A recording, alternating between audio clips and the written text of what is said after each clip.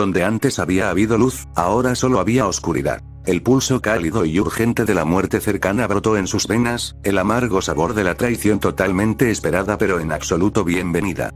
Sabía lo que había de venir, se trataba del resultado inevitable de la ingenua creencia en la bondad del corazón humano. La muerte llenaba sus sentidos, la sangre cubría sus dientes y su hedor le llenaba los orificios nasales. Como si fuera ayer, los recuerdos largo tiempo enterrados de los años pasados en el mundo nocturno de Nostramo se estamparon en la vanguardia de sus pensamientos. Las noches embrujadas tachonadas de franjas de luces vacilantes que destellaban en las calles empapadas de lluvia y la quietud de la población sometida por el miedo. De la fétida oscuridad había surgido la iluminación y la esperanza, la promesa de un futuro mejor. Pero ahora toda esperanza se hacía añicos mientras la cegadora lanza del futuro abrasaba sus pensamientos. La muerte de un mundo y un ojo terrible negro y oro contemplándolo arder. Astartes luchando a muerte bajo un cielo rojo encendido. Un águila dorada derribada de los cielos. Gritó de dolor mientras aquellas imágenes de destrucción y del fin de todas las cosas desfilaban en el interior de su mente. Las voces lo llamaban. Oyó su nombre, el nombre que su padre le había otorgado y el que su gente le había dado en sus terroríficas vigías en la oscuridad. Abrió los ojos y dejó que las visiones se desvanecieran de su mente a medida que las sensaciones del mundo físico regresaban a él. Sangre y lágrimas aladas le anegaban los ojos y desvió la mirada en dirección al sonido de las voces que lo llamaban por su nombre. Las caras horrorizadas lo miraban con miedo, pero aquello no era nada nuevo. Sus bocas vomitaban un parloteo para él absurdo, el significado de las palabras se perdía en el vociferante ruido blanco que poblaba su cráneo. ¿Qué visión podía ser tan terrible? ¿Qué podía evocar tal horror? Miró hacia abajo y se dio cuenta de que estaba agazapado sobre otra figura viva que respiraba.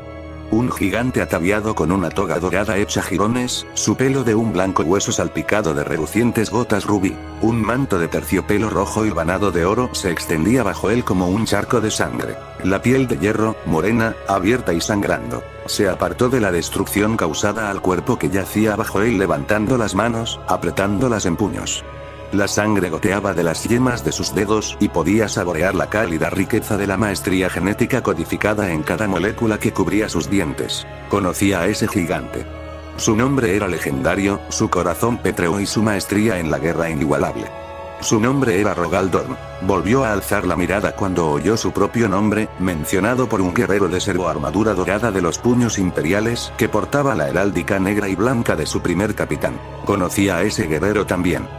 Curce. Gritó Sigismund. ¿Qué has hecho?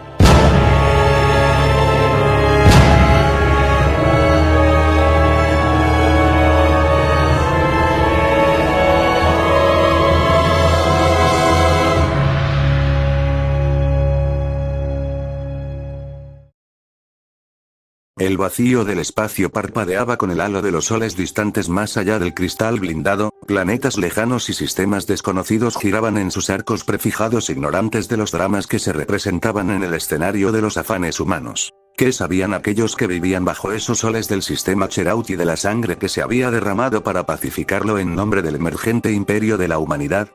Curce sofocó la rabia que le provocaban tales cuestiones, mirando fijamente su reflejo con aquellos ojos de fría obsidiana que parecían cuencas vacías en sus pálidas y hundidas facciones. Su pelo lacio caía desde su cuello y se derramaba por sus anchos y poderosos hombros. Se apartó de su reflejo, incómodo por la espantosa decepción que veía en él. Un destello metálico atrapó su hosca mirada. Su servoarmadura, colocada en un nicho ensombrecido de la pared más lejana. Cruzó la cámara y posó sus manos sobre el casco labrado en forma de calavera.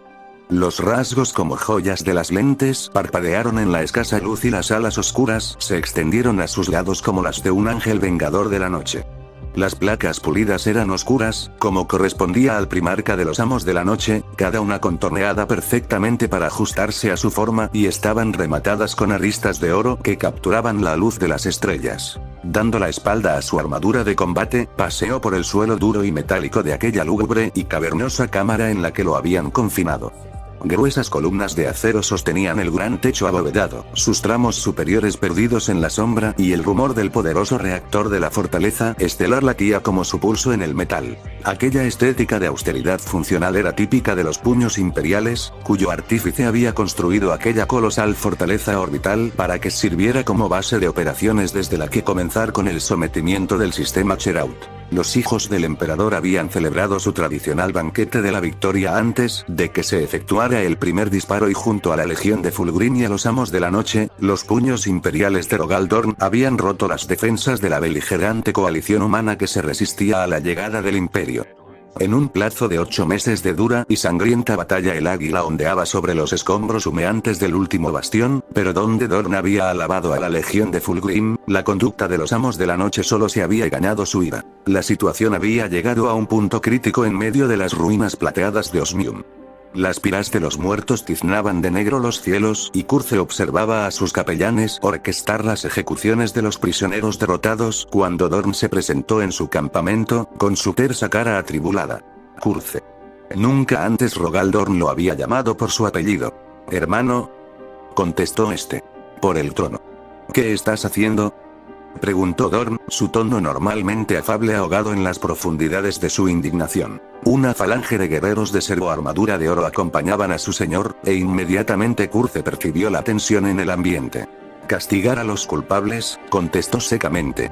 Restablecer el orden. El primarca de los puños imperiales negó con la cabeza. Esto no es orden, Curze, esto es asesinato. Ordena a tus guerreros que se retiren. Mis puños imperiales tomarán el control de este sector. ¿Que se retiren? Dijo Curze. ¿Acaso no son el enemigo? Ya no, dijo Dorn. Ahora son prisioneros, pero pronto serán población y parte del imperio. ¿Has olvidado el propósito del emperador al declarar la Gran Cruzada? Conquistar, dijo Curze. No, dijo Dorn, apoyando un guantelete dorado sobre la guardia de su hombro. Somos libertadores, no destructores, hermano. Traemos la luz de la iluminación, no la muerte. Debemos gobernar con benevolencia si queremos que esta gente llegue a reconocer nuestra autoridad sobre esta galaxia. Curze se estremeció bajo el contacto, resentido por la fácil amistad que fingía Dorn.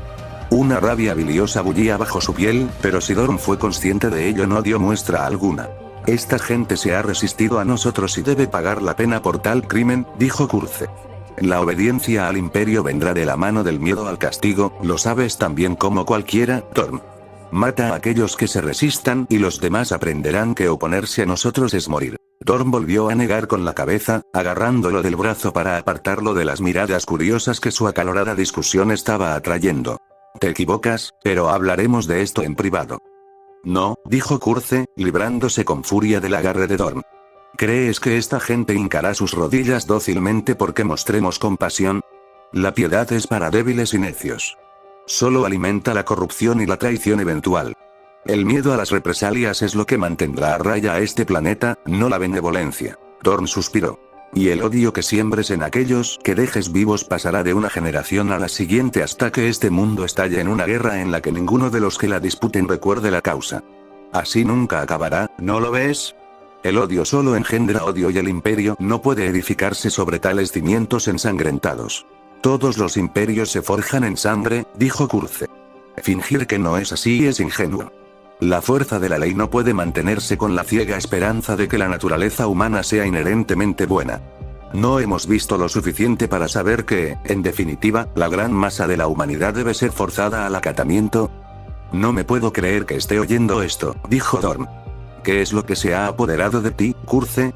Nada que no haya estado siempre ahí, Dorn, dijo Curze alejándose a zancadas de la poderosa figura dorada y agarrando de la guerrera a uno de los pocos prisioneros que quedaban, recogió un Volter tirado en el suelo y de un empujón le colocó el arma en sus manos temblorosas. Curze se agachó y le dijo: Adelante.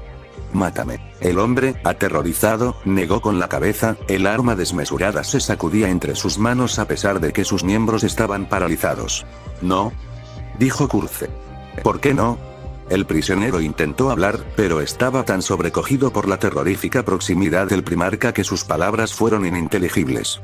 ¿Tienes miedo de que te maten? El hombre asintió y Curze se dirigió a sus guerreros. Nadie hará daño a este hombre. No importa lo que ocurra, no se le castigará. Curze se dio la vuelta y caminó hacia Dorn con los brazos abiertos, dándole la espalda al prisionero. Apenas se había dado la vuelta cuando el hombre levantó el arma y la seca detonación del disparo del Volter partió el aire.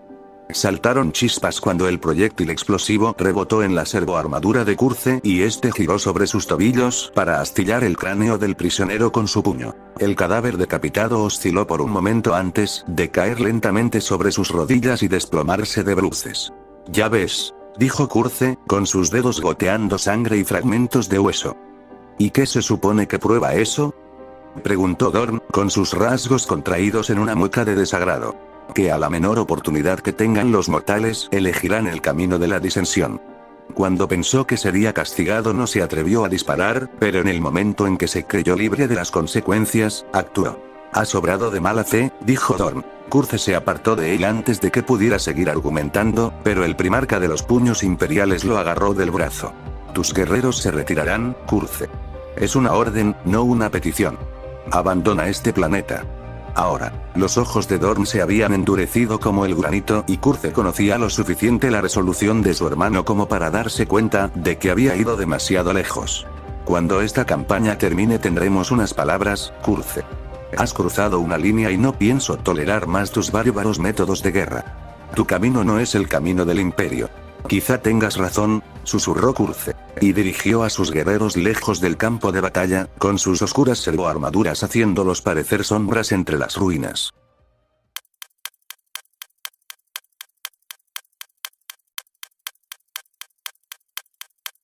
Se preguntaba qué habría pasado si aquel debate hubiera llegado a su conclusión lógica. Curze se desprendió de la violencia inherente a esa línea de pensamiento y se pasó una mano por su pelo negro, sintiéndose como un animal enjaulado, cuando la puerta de su cámara, su prisión, se abrió y entró un guerrero de pulida servoarmadura azul medianoche.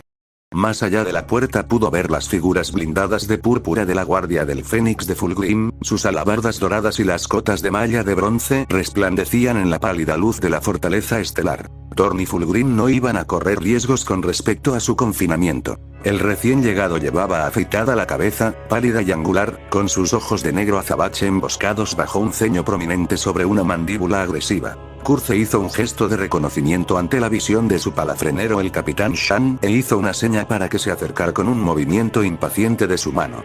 «¿Qué noticias hay?», preguntó Curze mientras Shan hacía una seca reverencia frente a él.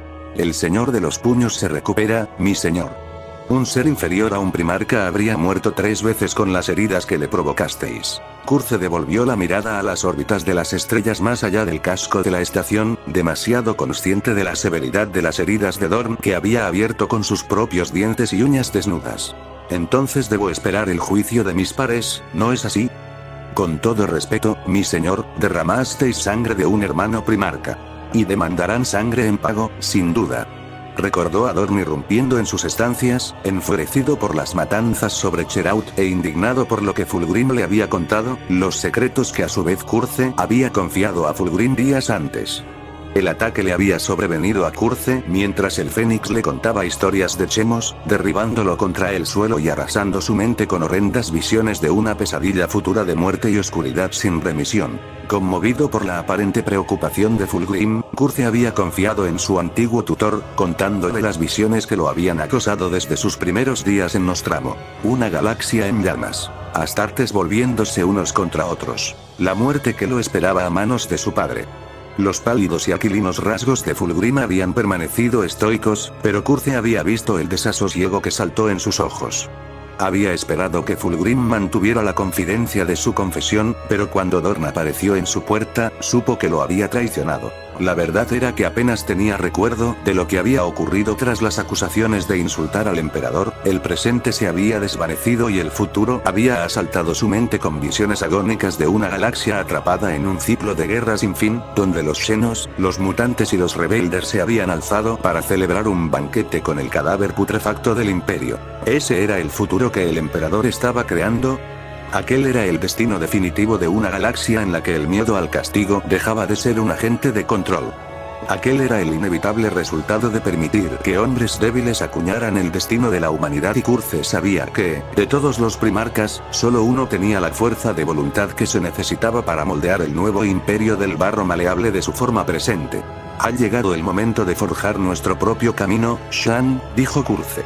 «¿Entonces este es el momento que previsteis?» «Sí. Mis hermanos aprovecharán la ocasión para deshacerse de nosotros. Creo que estáis en lo cierto, confirmó Shang. Mis fuentes dicen que se ha hablado y no de manera frívola, de llamar a la Legión a Terra para rendir cuentas de nuestros métodos de guerra. Lo sabía. Como no pueden matarme, los cobardes eligen golpearme a través de mi legión. ¿Lo ves, Shang? Han estado esperando esta oportunidad durante décadas. Son todos unos necios débiles que no tienen agallas para hacer lo que debe hacerse, pero yo sí, oh, sí, yo sin duda lo haré. Entonces, ¿cuál será nuestro curso, mi señor? Puede que Fulgrim y Dorn me hayan traicionado, pero eso no significa que no tengamos amigos entre las demás legiones, dijo Curze. Pero primero tenemos que poner orden en nuestra propia casa. Dime, ¿qué noticias hay de Nostramo? Es como nos temíamos, mi señor, dijo Shang. El régimen del Lord Gobernador Baltius ha fallado. Abunda la corrupción, los criminales gobiernan desde las espirales arruinadas de Nostramo Quintus y la anarquía es endémica. Entonces no tengo tiempo que perder mientras estos imbéciles estrechos de miras deciden mi destino como si fuera un humilde siervo que merece una reprimenda. ¿Cuáles son vuestras órdenes, mi señor? Prepara nuestras naves, capitán, dijo Curze. Volvemos a Nostramo. Pero tenéis órdenes de permanecer aquí recluido, mi señor. Shang hizo una seña hacia la puerta. Los pretorianos de Lord Fulgrim y los templarios de Dorn guardan vuestras cámaras. Curze sonrió con un rictus y dijo: déjamelos a mí. Curze sacó la última pieza de la servoarmadura de la oscura hornacina y la alzó por encima de su cabeza. Se giró hacia la puerta de su cámara y bajó el casco hasta que el visor labrado como una calavera se conectó a la gorguera con un siseo de presurización. Su visión cambió sutilmente y su percepción se amplió y se amalgamó con las sombras del cuarto levemente iluminado. Ralentizó su respiración y expandió sus sentidos, la oscuridad era como un segundo hogar para él después de todos los años pasados en su abrazo como un depredador de los débiles y los culpables. Sintió arrepentimiento por un momento por el punto al que había llegado, pero aplastó ferozmente esa impresión. La duda, la lamentación, la vacilación, eran debilidades que otros podían padecer, pero no Conrad Curze. Su respiración se hizo más profunda y la oscura cámara cobró vida para él. Sintió el poder de la oscuridad, el frío intelecto de los cazadores y las criaturas de la noche que mataban bajo su manto. Los instintos letales afinados en cientos de campos de batalla, incrementados ahora a niveles imposibles de soñar, le servirían igual de bien en este. Extendió los brazos y una oleada de fuerza psíquica pulsó como la onda expansiva de una explosión con Curze como su epicentro. Las franjas de energía brillante que flotaban en la cámara explotaron en rápida sucesión, detonando una tras otra en rociadas de chispas traslúcidas. Los cristales rotos tintinearon musicalmente sobre la cubierta de acero como una lluvia de vidrio. Los cables de alta tensión chisporroteaban colgados del techo, silbando y siseando como serpientes iracundas, mientras las descargas eléctricas lanzaban fogonazos de azul por toda la habitación. Hostiles señales rojas de alarma parpadearon. La fría luz disminuyó dentro cuando la puerta se abrió y aparecieron un puñado de guerreros armados que permanecieron quietos recortados como siluetas. Curze saltó y se aferró al entramado del friso sobre la columna más cercana, balanceándose hacia la profunda oscuridad de la cámara, donde las luces no podían alcanzarle. Se agarró con las piernas a una viga y trepó más alto aún mientras los guerreros se desplegaban con las alabardas preparadas para atacar frente a ellos. Les oyó decir su nombre, con las voces dejando ecos en la oscuridad. Con una mera contracción muscular ya estaba en el aire, una sombra rutilante de estrellas muertas y extinción. Los guerreros bajo él podían contar con los sentidos de sus armaduras de combate para penetrar la oscuridad, pero estos palidecían en comparación con los del primarca de los amos de la noche. Donde otros solo veían luz y oscuridad, Curze veía la miríada de tonos y sombras invisibles de aquellos que se habían vuelto uno con sus sombrías profundidades. Un guardia del Fénix permanecía justo debajo de él, escaneando la cámara en busca de su ocupante cautivo, inconsciente de que su condenación se arrastraba en las sombras por encima. Curze descendió por la columna, serpenteando más cerca a cada latido y extendiendo la mano como la hoja de un hacha. El guerrero murió con la cabeza limpiamente separada de sus hombros, con la carne de hierro del primarca perforándole a través de la gorguera blindada. Apenas propinó el golpe, Curze ya estaba de nuevo en movimiento, lanzándose en picado hacia la oscuridad como una sombra. Los gritos de alarma resonaron cuando sus carceleros se dieron cuenta de que estaba entre ellos, los haces de luz de sus cascos apuñalaban la oscuridad y se entrecruzaban frenéticamente intentando localizar su posición. Con una habilidad fruto de décadas pasadas como un asesino cazador de hombres, Curze cruzó como un fantasma invisible entre los rayos de luz. Otro guerrero cayó con el torso abierto en canal, la sangre chorreaba de las arterias desgarradas como válvulas de presión reventadas. Los disparos rompieron la oscuridad, los estallidos de los camiones destellaron mientras los guerreros abrían fuego contra su atacante invisible. Ninguno se acercó siquiera, dondequiera que disparasen Curze ya se había alejado del daño, girando en el aire como un espectro maligno que esquivaba los proyectiles de Volter y los amplios sesgos de las cuchillas. Uno de los templarios de Dorn retrocedió hacia un charco de luz y Curze se deslizó a la oscuridad tras él, moviéndose de una forma imposiblemente silenciosa para un guerrero con servoarmadura. Una sensación como nunca antes había sentido lo invadió y danzó en su sangre, una que Curze saboreó cuando comprendió lo que era. Contrariamente al arrebatado pronunciamiento de Guilliman, parecía que los astartes podían conocer el miedo. Aquel miedo, que es lo que era algo que debía atesorarse. El miedo mortal era algo rancio y sudoroso, pero aquello era como un relámpago atrapado en el tuétano. Curze se abalanzó sobre el templario armado, uno de los mejores y más valientes de Dorn. Veterano o no, murió como cualquier otro hombre, en medio de sangre y agonía. La muerte os acecha en la oscuridad, gritó Curze. Y conoce vuestros nombres. Pudo oír las llamadas frenéticas pidiendo refuerzos, pero los sistemas superiores de su propia servoarmadura interfirieron fácilmente las comunicaciones y se elevó por el aire una vez más, saltando de sombra en sombra. Nadie vendrá, dijo. Vais a morir aquí, solos. Una lluvia de fuego siguió a su sentencia mientras los guerreros intentaban determinar su posición en la oscuridad. Pero Curze dominaba la oscuridad y no importaba con qué luz o sentidos contaran aquellos guerreros, no eran ni lejanamente suficientes para evitar que los matara. Podía ver a los supervivientes, un templario y dos de los guardias del Fénix, retirándose hacia la puerta. Se habían dado cuenta de que aquella era una lucha que no podían vencer, pero habían cometido el error de pensar que una lucha con Conrad Curze era una de la que se podía huir. Riendo con la euforia de la caza, un placer que había olvidado a falta de una presa digna, planeó y se dejó caer entre ellos como un depredador. Su puño perforó a través de la servoarmadura del primer guardia del Fénix y Curze arrancó de un tirón la columna vertebral de su víctima, dejando la curvatura ensangrentada del hueso machacado asomando de la herida abierta, aferró la alabarda del guerrero muerto y aterrizó mientras los otros guerreros se giraban en dirección al grito agonizante. Antes de que pudieran reaccionar, Curze barrió con la alabarda en un amplio arco a 2 palmos de la cubierta. La hoja de energía cortó a través de blindaje, carne y hueso con un abrasador y penetrante dor eléctrico. Ambos guerreros cayeron al suelo, gruñendo de dolor al desplomarse sobre los muñones ensangrentados de sus piernas. Curze tiró la alabarda a un lado y bloqueó el contraataque del guardia del Fénix caído, partió el arma del enemigo en 2 y hundió los extremos astillados en su pecho. El templario rugió de rabia y logró soltar un disparo antes de que Curze estuviera sobre él. Arrancó el arma de la mano de su víctima, poniéndole una rodilla en el pecho y la otra sobre el brazo izquierdo. El guerrero inmovilizado alzó el brazo libre para golpearlo. Curze atrapó el golpe y arrancó el brazo de su articulación. Y lo que antes había sido un lugar de encarcelamiento ahora era un matadero. Los arcos de las salpicaduras de sangre bañaban las paredes y el suelo y los cuerpos rotos, decapitados o mutilados, descansaban esparcidos como despojos quirúrgicos desechados. Curze sonrió ante la escena de la matanza y la persona que había llevado como disfraz, desde que se había arrodillado ante su padre cayó como una máscara descartada. Nunca más sería Conrad Curze. Ahora era el acechante nocturno.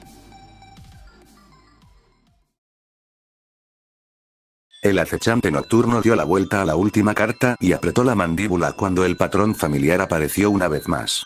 El estrategium de su nave insignia se mantenía a oscuras, con el tenue resplandor azul de las consolas y los proyectores hololíticos como islas de luz en la oscuridad.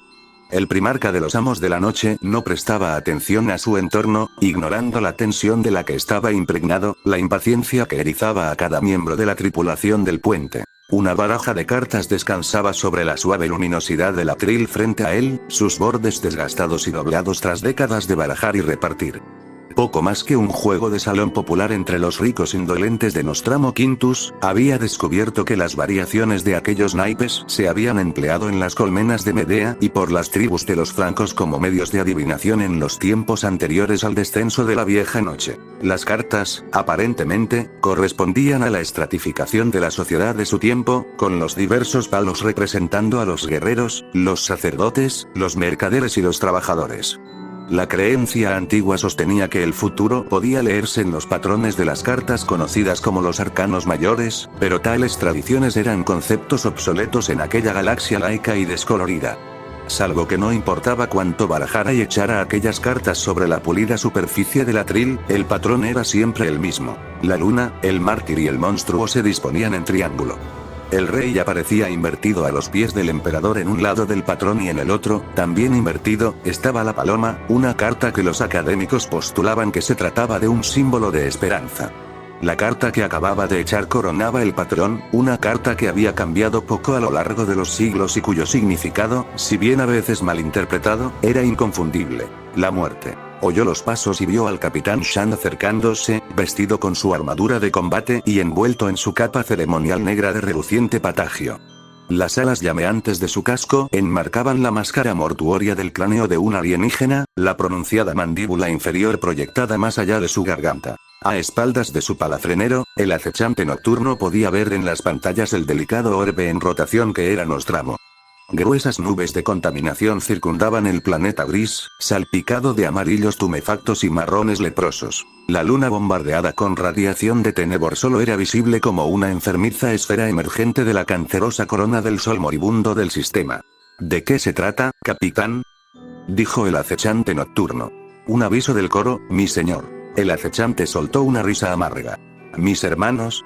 Es posible, mi señor, dijo Shang. Los astrópatas perciben una onda psíquica que parece indicar que una gran cantidad de naves se acerca a través del empídeo. Thorn, dijo el acechante, volviendo su atención a las cartas frente a él. Sin duda. ¿Cuáles son vuestras órdenes, mi señor? Mirando una vez más al mundo de su juventud, el acechante nocturno sintió la rabia siempre presente bullendo bajo su piel como el magma bajo la frágil superficie de un planeta muerto. Nostramo fue una vez el paradigma de un planeta pacificado, Shan, dijo. Su población se había mantenido sumisa gracias al miedo al severo castigo que infligiría a cualquiera que incumpliera la ley. Cada ciudadano sabía cuál era su lugar y que romper la ley significaba su muerte. Lo recuerdo, mi señor. Y ahora volvemos a esto, dijo el acechante, apartando las cartas del atril para revelar el texto de una lista que se desplazaba lentamente. Un asesinato cada 11 segundos, una violación cada 9 segundos, el número de crímenes violentos se incrementa exponencialmente mes a mes, los índices de suicidios se duplican cada año. En una década no quedará nada del mundo ordenado que dejé tras de mí. Sin el miedo a la represalia, la humanidad revierte a sus más bajos instintos, mi señor. El acechante nocturno asintió. Esta es, Shan, la prueba definitiva de que la creencia del emperador en la bondad de la humanidad es un disparate de la peor especie. Shan dudó antes de preguntar. ¿Entonces tenéis intención de continuar con el ataque? Por supuesto, dijo el acechante, mirando fijamente al planeta condenado. Solo las medidas más extremas servirán como ejemplo de nuestra fuerza de voluntad. Nostramo ya está muerto para nosotros. Hemos venido a por todos vosotros. El primarca caminó por el pasillo central del Strategium hasta situarse bajo la imagen de Nostramo. La luna asomaba un poco más detrás del planeta y la luz que reflejaba tiñó los cascos de la flota de los amos de la noche. Media centuria de naves dispuestas en formación de combate sobre el enfermo y corrupto forúnculo que eran las espirales laberínticas e infestadas de crimen de Nostramo Quintus. Muy por debajo había una gran herida en la superficie, la profunda sima que su abrasadora llegada había dejado sobre la corteza del planeta. Desde que había emergido de sus profundidades infernales, había conocido un dolor y un sufrimiento que ningún otro podría siquiera concebir. Había sobrellevado el dolor de su torturada infancia y vivido con la dolorosa conciencia de su propia muerte. Y sus hermanos se preguntaban por qué parecía moribundo. Oyó la conmoción junto a él y más allá antes de que nadie dijera una palabra. El acechante nocturno podía sentir la presión desgarradora de decenas de naves emergiendo del Empíreo con sentidos más allá de los 5 que poseían sus huestes. Demasiado tarde, hermanos míos, susurró. Me habré ido mucho antes de que podáis detenerme. El acechante dirigió una última mirada a Nostramo y dijo: a todas las naves. Abran fuego. Lanzas incandescentes de haces cegadores salieron en erupción de los camiones de incontables baterías, apuñalando el mundo que se encontraba debajo.